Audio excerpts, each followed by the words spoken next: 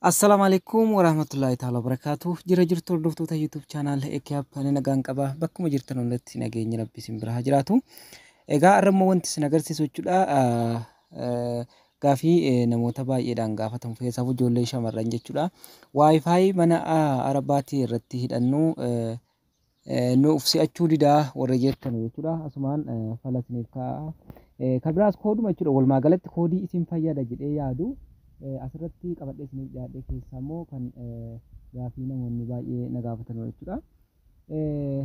Jalqaba kan irraa kaasee isin agarsiisu fakkeenyaaf Wi-Fi jechuudha.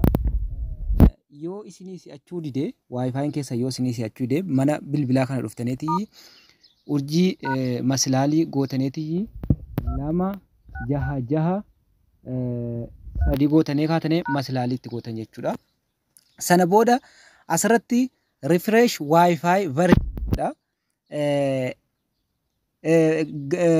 yoo isin refresh kana cuqaastan jechuudha. Lamma asirratti refresh Wi-Fi version kan jettu kana cuqaastanii silkiin kan keessan cufatee deebi'a. Versionii isa awwalaatti isiniif deebi'a haaraa bitattanu sanarratti. Gaafa akkana isin jedhu immoo waa keessan gubachuu miti. Gosa tokko isin jalaan gubu jechuudha. Wi-Fi dhuma keessan update godha jechuudha. Haaraa versionii isa haaraatti isiniif deebisa jechuudha. Kan itti naanu koodii itti naanu kooduma isin fayyadee yaadu jechuudha.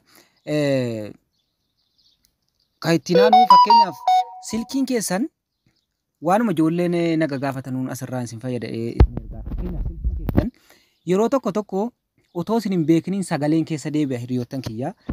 Amma fakkeenyaaf aadiyoon banee isin agarsiisa. Sagaleen keessa deebi'a. Amma fakkeenyaaf aadiyoon kun hin jira. Kun aadiyoodha jechuudha. Beekaatanii isin dhaggeeffachiisaadha. Aadiyoodha. Aadiyoo kana fakkeenyaaf isin hirka gala jechuudha. Sitingii keessaan illee hirka galaa. Garuu karaa koodiitiin isin agarsiisa. Wanni hunduun karaa koodiitiin jira jechuudha. Sagaleen yoo keessa dimma'ame jechuudha. Sagalee yoo keessa dimma'ame urjii goota ilaa akeekkadha. Urjii masilaalii 283 gootanee masilaaliitti gootan jechuudha. Sorry lakkoofsan dogongoree no dudduuba anu dogongoree lakkoofsa duwwaa 2 gootan laa kun akkanatti laa urjii duwwaa 283 gootan kana booda kan keessan irra deebi'e fakkana isii kana irra gaafa bu'ee sagaleen keessa deebi'ee jira. Hamma kuni aadiyoo hin bantanii hin cuftanii isiniin dalagu jechuudha. Maaliif keessa deebi'ee jira jechuun sitingii keessaan keessa deebiftan isin sitingii keessaan ituma keessa deemtanuu hirka isin hirkaa deebi'a. Garuu immoo gaafa keessaa deebisuu barbaaddan koodii kanaan deebiftani. Kunoo haala kanatti dhuftanii kanarra buuftanii naan isinii deebi'a jechuudha. Hiriyoottan kiyyaa akeekkadhaa qoyyaa irraan isinii deebi'a. Ofirraa cufee irra isinii deebi'a. Irraan isinii deebi'a. Elaa koodiin suma kana jechuudha. Akeekkadhaa koodii isa kana akkanatti qabadhaa. Yoon keessa seenne bakka maaraqa sorry.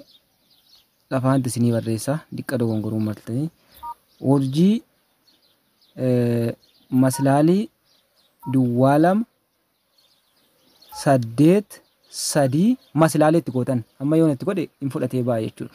Masilaaliitti gootaniituma dhiiftan jechuudha. Ofumaan naqa jechuudha. Kan ittiin aanummoo jechuudha. Asumarraan isin agarsiisa hin baane asumarraa.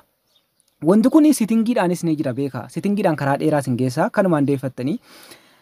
Kan ittiin aanummoo fakkeenyaaf jawaala keessa yoo jawaala haaraa bituu barbaaddane yoo namarraas bituu barbaaddane verjinii isaa akkamitti beekuu dandeessan urjii gootanii masilaalii gootanii 12 5 80 urjii 36 9 yeroon akkan dheeranne dhiifa. Akira irratti masilaalii barreessitanii sana booda bakka kana isin galcha jechuudha. Asirratti gaa silkiin kun bara kam hojjetame hagam ture raamaan isaa meeqa owwina hammam danda'a irraan gadee kun jechuudha. Kana laallachuudha dandeessa jechuudha. Kana laaltanii bittan silkii yoo bittan yoo namarraa bittanis.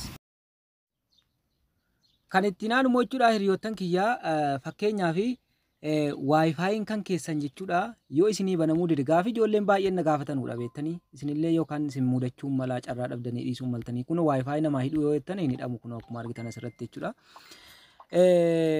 Akkamiin banattanii sitingii keessan keessa seentan jechuudha. Sitingii keessan keessa gaafa seentane connection ka jedhu keessa seentani. Connection ka jedhu keessa seentane mobile network kan jedhu kana seentanii sorry asii miti connection kana keessa seentanii data usage kan jedhu kanas keessa seentan jechuudha. Data usage kan jedhu keessa seentanii